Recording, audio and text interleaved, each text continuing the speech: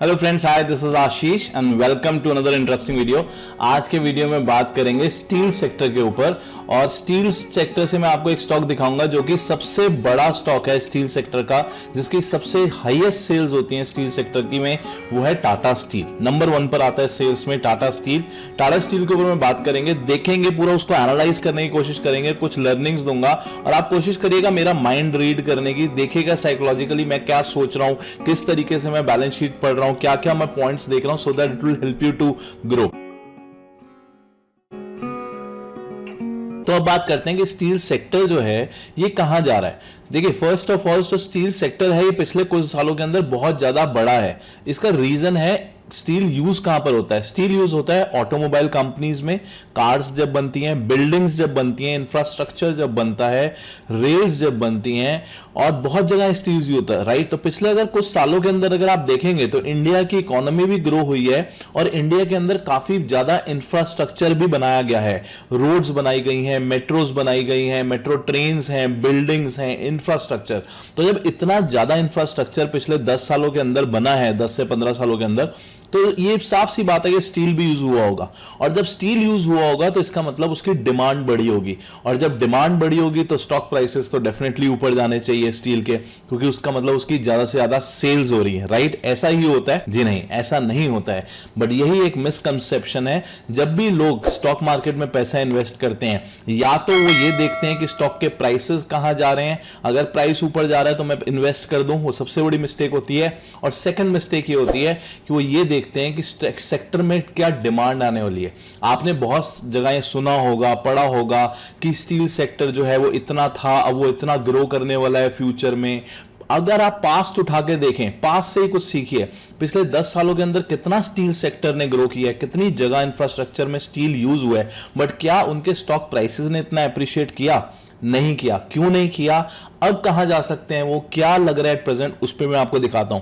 तो अगर मैं आपको स्टील सेक्टर दिखाऊं, स्टील का जो सबसे बड़ा स्टॉक है टाटा स्टील, अगर आप देखें तो ये भी ऊपर गया यहां पे ऑलमोस्ट 2014 में, फिर जितना ऊपर गया था उतना वापस आ गया, राइट। 2015 के आसपास फिर ऊपर जाने की कोशिश करी इसने 18 में, और फिर 18 से फिर ये वापस आ गया 19 में। फिर जो है 2020 का कोविड आया, वहां से इसने एक जंप दिखाई और अब ये फिर से एक रेंज में बना हुआ है पिछले काफी महीनों से। तो ये तो हो गया टाटा स्टील का। तो आप कहेंगे हो सकता है टाटा स्टील में ऐसी प्रॉब्लम हो, दूसरी स्टील कंपनी देख लेते हैं। ये है जेएसडब्ल्यू स्टील, जो सेकंड नंबर पर आती है सेल्स में।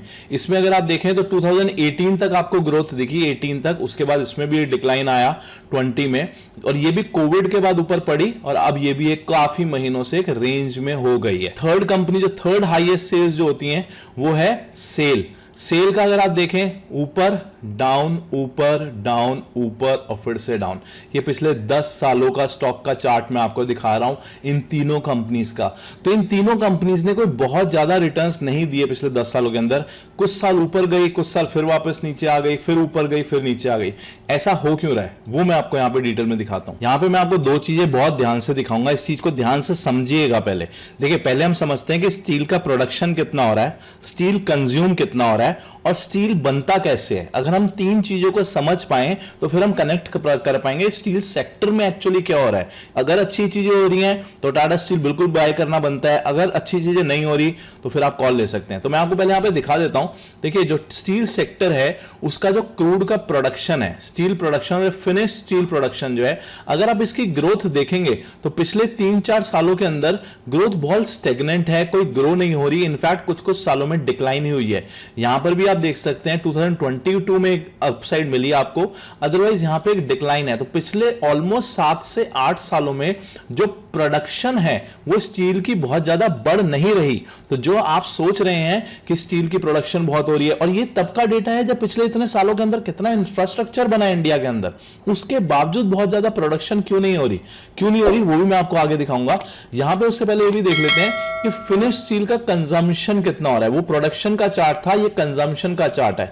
कंजम्पशन के के चार्ट में भी आप देखें तो थोड़ी सी भी डिक्लाइन आई है। अगर यहां भी मैं बोलूंगा तो अगर हम इस चीज को हटा भी दें तो पिछले कुछ सालों के अंदर बहुत ज्यादा ग्रोथ नहीं है, बहुत माइनर सी ग्रोथ यहां देखने को मिल रही है। अगर आप देखें तो इनफैक्ट 21 में तो वो डिक्लाइनिंग था।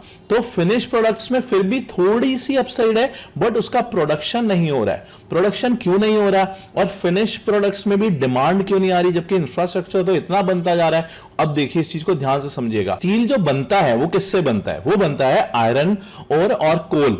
आयरन कोल इनका मिक्सचर करके उसको स्टील की फॉर्म में फाइनल प्रोडक्ट बनाया जाता है। उसको जब मिट्टी से निकाला जाता है उसको उसे फाइनल प्रोडक्ट। तो आयरन कोर जो है और ये अपना कार्बन, ये जो दो चीजें हैं इसका सबसे ज्यादा मेन रोल प्ले होता है। तो एक किस्म से आप समझ लीजिए ये हमारा रॉ मटेरियल है। जब भी हम कोई स्टील की मैन्युफैक्चरिंग करते हैं तो हमारा रॉ मटेरियल हमें पता चल गया। तो अब देखते हैं कि ये रॉ मटेरियल, क्योंकि ये रॉ मटेरियल जो है बहुत इंटरनेशनल प्राइसेस पे डिपेंड करता है, क्रूड पे डिपेंड करता है। तो ऐसा तो नहीं कि इनके प्राइसेस बहुत ज्यादा बढ़ गए हैं इसीलिए हमें स्टील बहुत ज्यादा महंगा पड़ रहा है। तो मैं आपके पहले दिखाता हूं कि रॉ मटेरियल के प्राइसेस कहां जा रहे हैं। जो इनका कार्बन है उसके प्राइसेस जो है वो बहुत ऊपर आ चुके हैं। यहां पे आप देख सकते हैं ना, कार्बन जो मेन यूज होता है स्टील के लिए उसके प्राइसेस ऊपर आ चुके हैं। अगर हम दूसरा आयरन और देखें, इसका जो सेकंड मेन रॉ मटेरियल होता है उसका भी प्राइस मैं आपको दिखा दूं। ये जो है ये 21 में जो यूक्रेन की वॉर हुई थी वहां पे प्राइसेस थोड़ा सा ऊपर गए थे। अदरवाइज मैं बोलूंगा प्राइस से थोड़ा सा ऊपर ही रहते हैं इनके भी। अगर आप यहां से भी देखें, अगर इस पार्ट को हम हटा भी दें तब भी पिछले कुछ सालों के अंदर प्राइसेस ऊपर हैं। तो आप समझ रहे हैं जो आयरन और है उनके भी प्राइसेस ऊपर जा रहे हैं, जो कार्बन है उसके भी प्राइसेस ऊपर जा रहे हैं। तो इसका मतलब तो ये हुआ कि हमारा रॉ मटेरियल बहुत कॉस्टली पड़ रहा है इसीलिए स्टील बहुत कॉस्टली पड़ रहा है। नहीं, अब यहां पर एक कैच है। मैं आपको एक चीज और दिखाता हूं, इस चीज को ध्यान से देखिएगा। अगर मैं आपको स्टील के प्राइसेस दिखाऊं, ये देखिए स्टील के प्राइसेस कहां जा रहे हैं। स्टील के प्राइसेस तो डिक्लाइन हो रहे हैं। अगर मेरा रॉ मटेरियल मुझे महंगा पड़ रहा है तो फिर मेरे स्टील के प्राइसेस तो ऊपर जाने चाहिए। सिंपल सा एक इकोनॉमिक्स है। बट मेरा फाइनल प्रोडक्ट जो है वो मैं सस्ता बेचता जा रहा हूं। अब ये क्या यहां पे लॉजिक है, समझ में आ रहा है? I think this is a bulb on movement. If it is a bulb on movement just right bulb on in the chat box. और मैं आपको बताता हूं ऐसा हो क्यों रहा है। रॉ मटेरियल आपको महंगा मिल रहा है आयरन कोर, बट स्टील के प्राइसेस तब भी नीचे जा रहे हैं।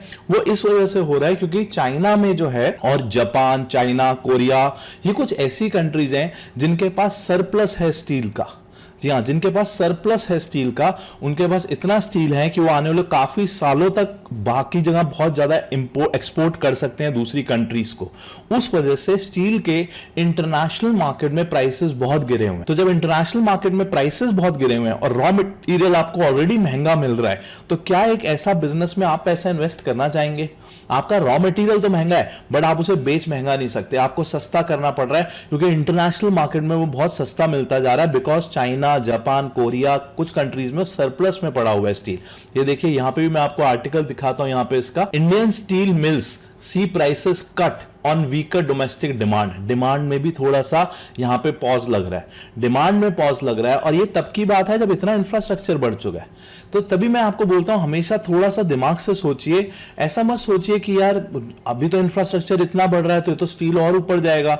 अभी तक जितना बढ़ा है उसी से आप देख लीजिए, उससे ही प्राइसेस अभी तक ऊपर नहीं गए तो फ्यूचर में क्या जाएंगे। तो ये तो मैंने आपको सेक्टर का दिखाया, मैं आपको फाइनेंशियल्स भी दिखा देता हूं, इससे थोड़ा और आपको आइडिया लगेगा। यहां पे कंपनी का नेट प्रॉफिट देखते हैं। चलिए नेट प्रॉफिट देखते हैं। इस साल जो पिछले साल जो नेट प्रॉफिट आया था वो 8000 करोड़ का नेट प्रॉफिट आया था। उससे पहले 41,000 का आया, फिर से 8,000 का आया, उससे पहले 1,000 का आया, 17,000 का भी आया, फिर -4,000 का। आप समझना चाह रहे हैं यहां पे हो क्या रहा है? एक कंसिस्टेंसी नहीं है। 4,000 लॉस से सीधा 17,000 प्लस, 17,000 प्लस से सीधा 1,000 पे आना कंपनी का, 1,000 से सीधा 41,000 पे चले जाना। नंबर्स देख रहे हैं किस तरीके से अप एंड डाउन हो रहे हैं। क्यों? क्योंकि ये एक साइक्लिकल मार्केट है, बहुत इंटरनेशनल प्राइसेस पे डिपेंड रहता है इनका। क्या मार्केट में प्राइसेस चल रहे हैं उस हिसाब से प्राइसेस ऊपर, ये बहुत साइक्लिकल मार्केट दिखती है यहां पर। अब देखिए, और अगर मैं इसकी सेल्स ग्रोथ आपको दिखाऊं, यहां पे नेट प्रॉफिट दिखाया। अगर थोड़ा सा आप इसके सेल्स के नंबर देखें पिछले 10 सालों के अंदर जो सेल्स है कंपनी की बहुत ज्यादा नहीं, almost 15% I would say grow हुई है। वहां पे जो प्रॉफिट है वो पिछले 3 सालों से माइनस में है, प्रॉफिट ग्रो ही नहीं कर पा रही। इनफैक्ट टीटीएम जो लास्ट 12 मंथ्स में है वो -80% के प्रॉफिट में कंपनी। वेयर एज अगर आप स्टॉक देखें तो वो एप्रिशिएट करता जा रहा है। Is this is a good signal? Company profit में नहीं है, कंपनी की सेल्स बहुत ज्यादा ग्रो नहीं हो रही, बट स्टॉक एप्रिशिएट कर रहा है। आई थिंक आपको समझ में आ रहा होगा मैं क्या बोलना चाह रहा हूं। तो this is not a good signal these type of companies, right? अगर हम और भी इसकी सेल्स भी देखें ना, सेल्स भी कोई बहुत ज्यादा ग्रो नहीं हुई है। अगर यहां के आप नंबर्स देखें पिछले 2-3 साल पहले जो नंबर्स होते थे 150, 148, 156, बहुत ज्यादा ग्रोथ नहीं दिखेगी आपको।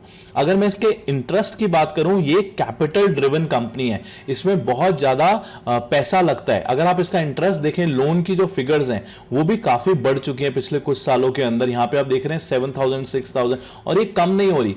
एक साल कम हुई थी, उसके बाद फिर से राइज हो गया यहां पे, तो 7,000, और ये नंबर्स बढ़ते जा रहे हैं। इंटरेस्ट कम होना चाहिए। अगर कंपनी अपना इंटरेस्ट वापस करती रहेगी बैंक को, तो वो भी तो नेट प्रॉफिट में आपके नंबर्स ऐड होंगे, बट यहां पे इंटरेस्ट बढ़ता जा रहा है। अगर मैं इनका आपको डेब्ट टू इक्विटी रेशियो दिखाऊं, जो कि आपको ये बताता है कि कंपनी कितने डेब्ट्स में है as compare to the equity, वो भी आप यहां पे देख सकते हैं 0.82 है, विच इज समवेयर अराउंड 1 के ऊपर। This is a danger number, 1 के ऊपर it is a danger number, और इट इज बहुत पास आ चुका है ये 1 के। यहां पर वैल्यूएशन वाइज भी अगर देखें ना, कंपनी की जो अर्निंग्स हैं वो तो यहां पे गिरती जा रही हैं, वेयर आप ये देख रहे हैं यहां पे प्राइस चढ़ता जा रहा है। तो वैल्यूएशन वाइज भी मेरे को थोड़ा सा यहां पे कॉस्टली ही लग रहा है स्टॉक। अगर मैं इसकी आपको प्राइस टू अर्निंग दिखाऊं, यहां पे भी आप देख सकते हैं कंपनी की जो प्राइस टू अर्निंग है 18 की चल रही है अभी, वेयर 3 साल पहले जो प्राइस टू अर्निंग होती थी वो 13 की थी, 5 साल पहले 5.8 की थी। तो प्राइस टू अर्निंग भी बढ़ चुकी है, और वही मैं आपको चार्ट्स में भी दिखा रहा हूं, फंडामेंटली भी दिखा रहा हूं, सब चीजें यहां पे प्रूव हो रही हैं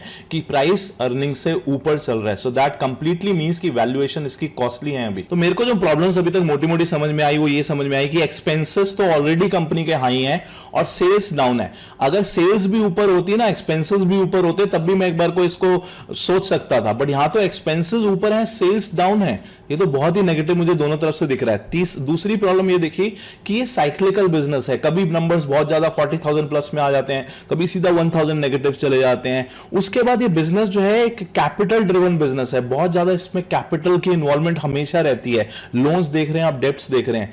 फोर्थ प्रॉब्लम मुझे ये लगी, ये बहुत डिपेंड है इंटरनेशनल लेवल्स पर। अगर चाइना में, जापान में स्टील की इतनी ज्यादा सप्लाई आती जा रही है, उस वजह से सप्लाई के जो प्राइसेस हैं वो इंडिया में गिरते जा रहे हैं, and people are taking an import from there. तो जो बड़ी बड़ी कंपनियां वो बाहर से इंपोर्ट्स मंगाती जा रही हैं, रादर देन टाटा स्टील अपनी इंडियन कंपनी से स्टील लेने की बजाय। तो वो एक मेजर प्रॉब्लम्स लगी। तो इस चीज से मैं शायद यहां पर कोई बाय सेल रिकमेंडेशन नहीं है, बट मेरे हिसाब से अभी स्टील कंपनीज का टाइम नहीं आया है। मुझे स्टील कंपनीज बहुत अच्छी नहीं लग रही अभी इनके रिजल्ट्स भी हैं, वो भी आ जाएंगे। अभी जब मैं वीडियो बना रहा हूं तब तक रिजल्ट नहीं आया, बट जब आप इस वीडियो को देखेंगे तब रिजल्ट्स आ चुके होंगे। तो आई थिंक उसके बाद आप कॉल ले सकते हैं आपको क्या करना चाहिए। बट सीखते रहिए, समझते रहिए। आई होप आपको समझ में आ रहा होगा मैं किस तरीके से एनालाइज कर रहा हूं चीजों को। अगर आप भी मुझसे सीखना चाहते हैं तो मेरा डिस्क्रिप्शन में आपको पूरी कोर्स की डिटेल्स मिल जाएगी। अभी उस पर डिस्काउंट्स चल रहे हैं, अगर आप चाहते हैं तो मैं वहां पे लाइव आपको सिखा सकता हूं। डिस्क्रिप्शन में आपको डिटेल्स पूरी मिल जाएंगी। Thank you so much, bye bye and have a great day.